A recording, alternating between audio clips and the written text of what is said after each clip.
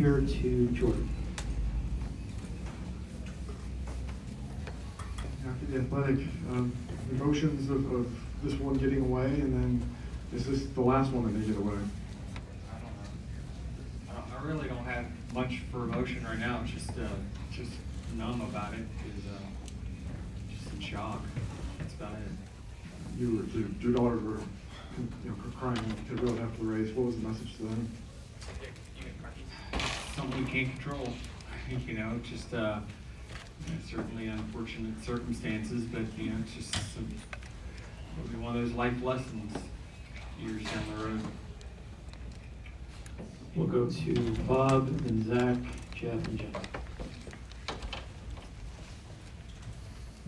Bob Cockers, Fox Sports.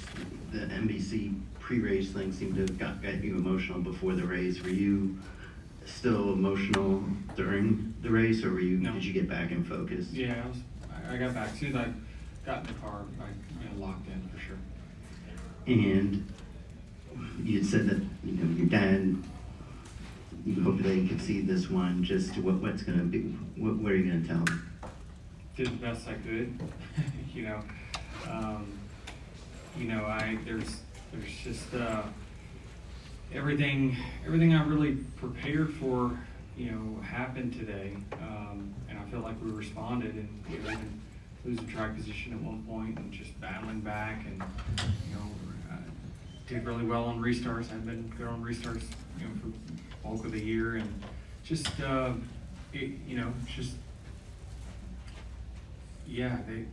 team brought a great championship car, and I felt like I drove it just right up until 2 laps to go, and so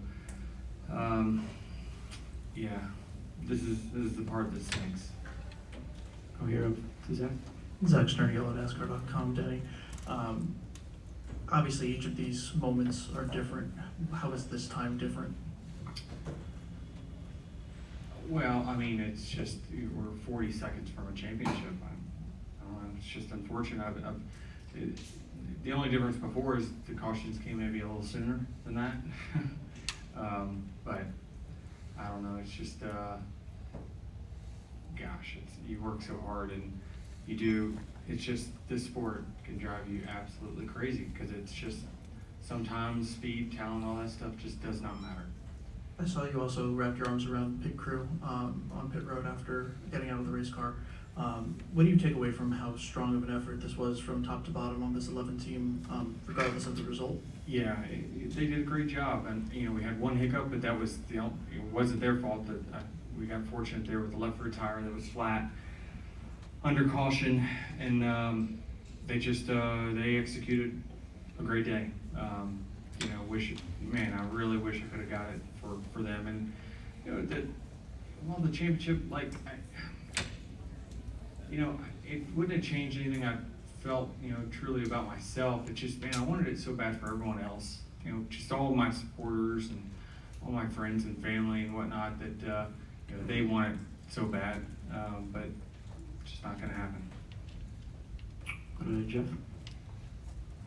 You were most nervous about something that was in your control messing up this day. Obviously, this is about as much as it can sting, probably with something out of your control. But does that help soothe anything that you did your part? Yeah, Kyle Larson has the trophy, but we dominated. We did our job. We did the best we could. They're a championship team and a championship driver, and they're going to win a hell of a lot more than just these two. But when everyone had to bring their best, I think it was evident who was the best today. Jenna?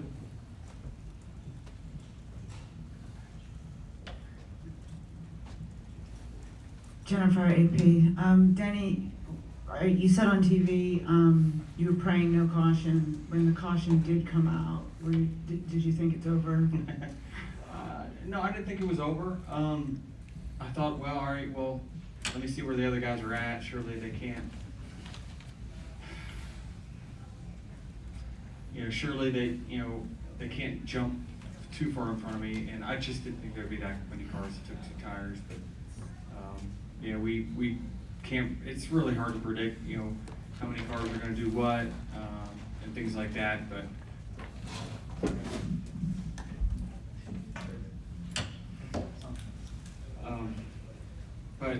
yeah, I didn't think it was over.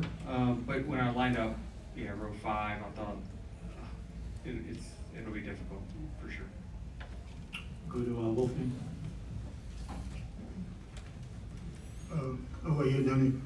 First of all, despite you not winning the championship, from my heart, congratulations, great race. Thank you. As a non-expert in NASCAR, also I'm coming over regularly, I was personally shocked with all these tire problems. What do you think is necessary? To have a meeting with Goodyear and discuss it?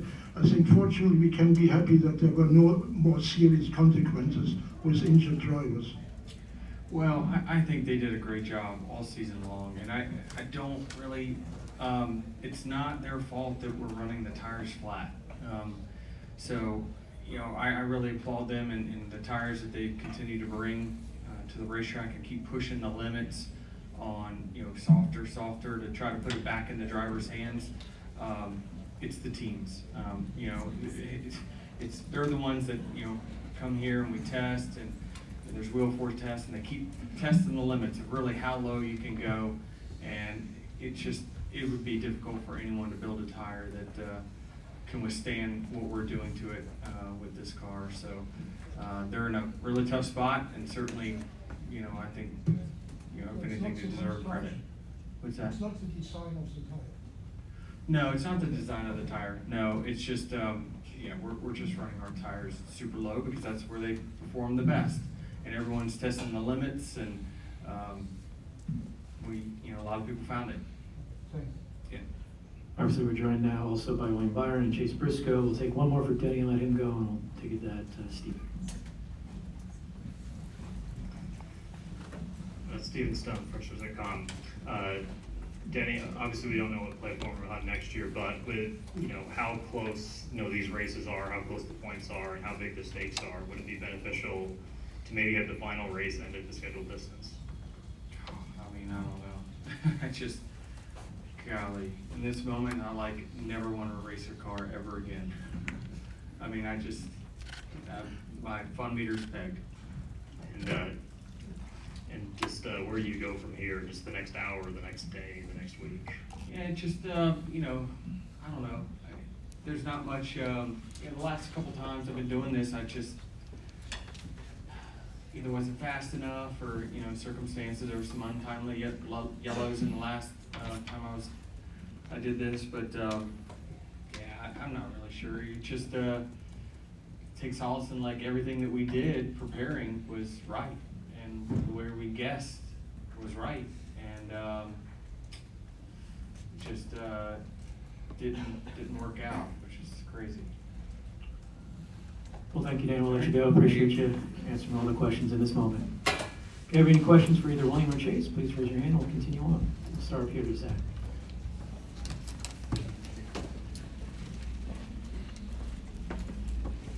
Zach Sternillo, NASCAR.com. William, immediately when you got up there, I apologized to Denny. Why? Was that something that was important for you?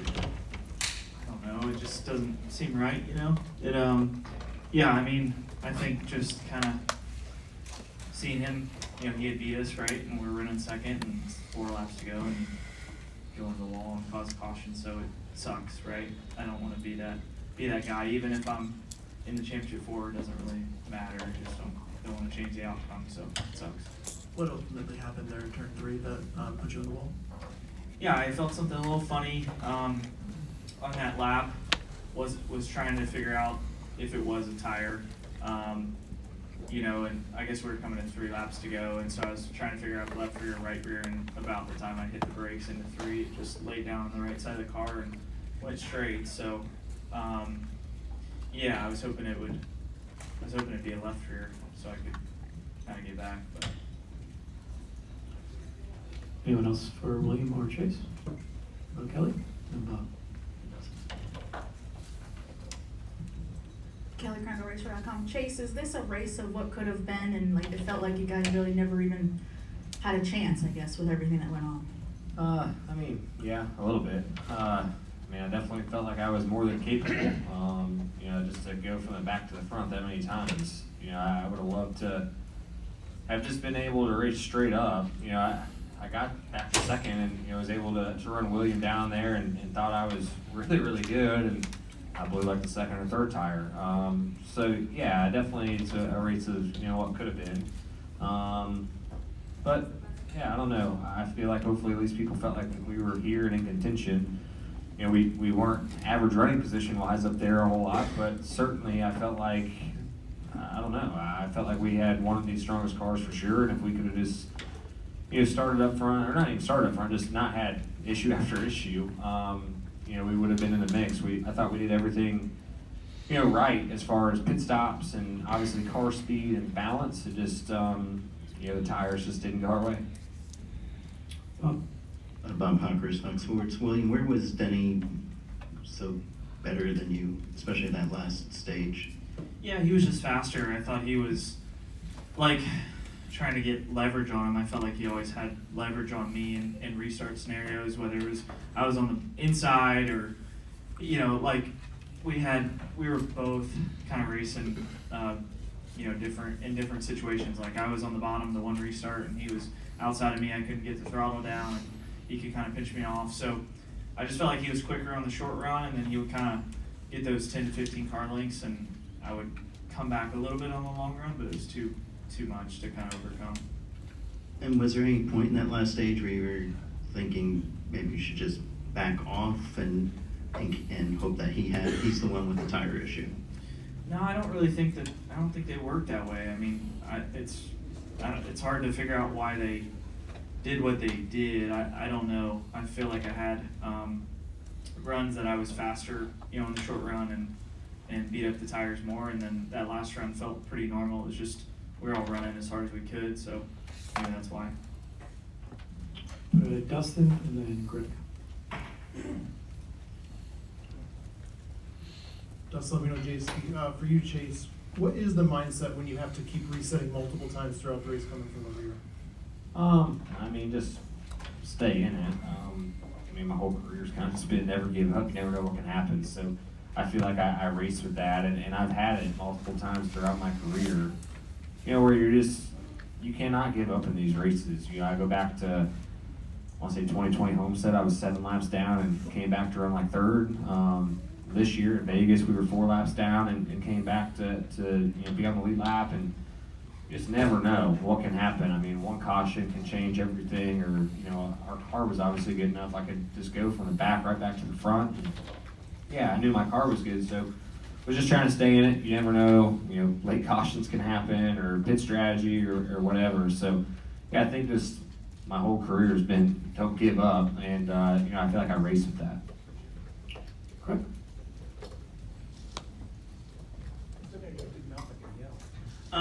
Greg Engel, Cubscene.com. Both of you guys are young. This will not be your last opportunity to be here. Does that help soften the blow a little bit, or is it still too soon? I don't look at it that way. I just look at it as, yeah, this could be your last opportunity. So I don't really think ahead in terms of, you know, what's down the road. Or, I mean, I'd love to be in this opportunity again, but you never know how things are going to work out.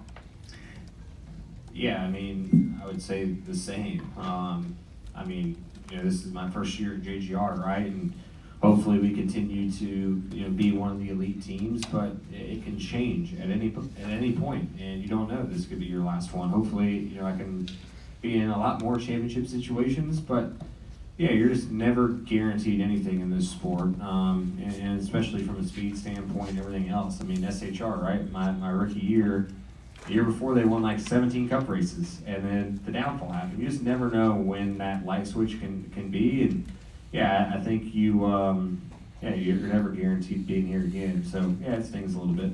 Do you feel like you'll have some lessons learned from being in this position, away from the race, dealing with us and dealing with all the junk that goes over? Do you think that'll be some momentum for next year to get back here? Yeah, you know, honestly, the race and the whole week didn't really feel any different than the normal weekend. You know, I thought that it would when the race actually started, and maybe it would have if I was, you know, up front the whole race. But I was always coming from behind, so I don't know. I had so much going on that I never really even thought about, hey, it's the championship race. So yeah, I don't know. It definitely, I don't know. It stings right now, just because, like I said, you never know if you're going to get another opportunity. Any final questions for? Go over here and right there. Zach Warren from Byron. What the things that you guys feel like both of you can walk away from this knowing that you gave it everything you had and you didn't leave anything out there? What the things you can control? Yeah, I mean, I know when I laid my head down tonight, I felt like I did my job to the best of my ability. Yeah, I'm happy. I know with my effort, obviously would have loved for things to go different, but yeah, I felt like that was one of the best cup races I've ran for sure. Yeah, I think you put everything into it, like he said, and yeah, I felt like we were deserving to run where we were. So yeah. Okay, William and Chase, congratulations on an outstanding season. Thanks for the time.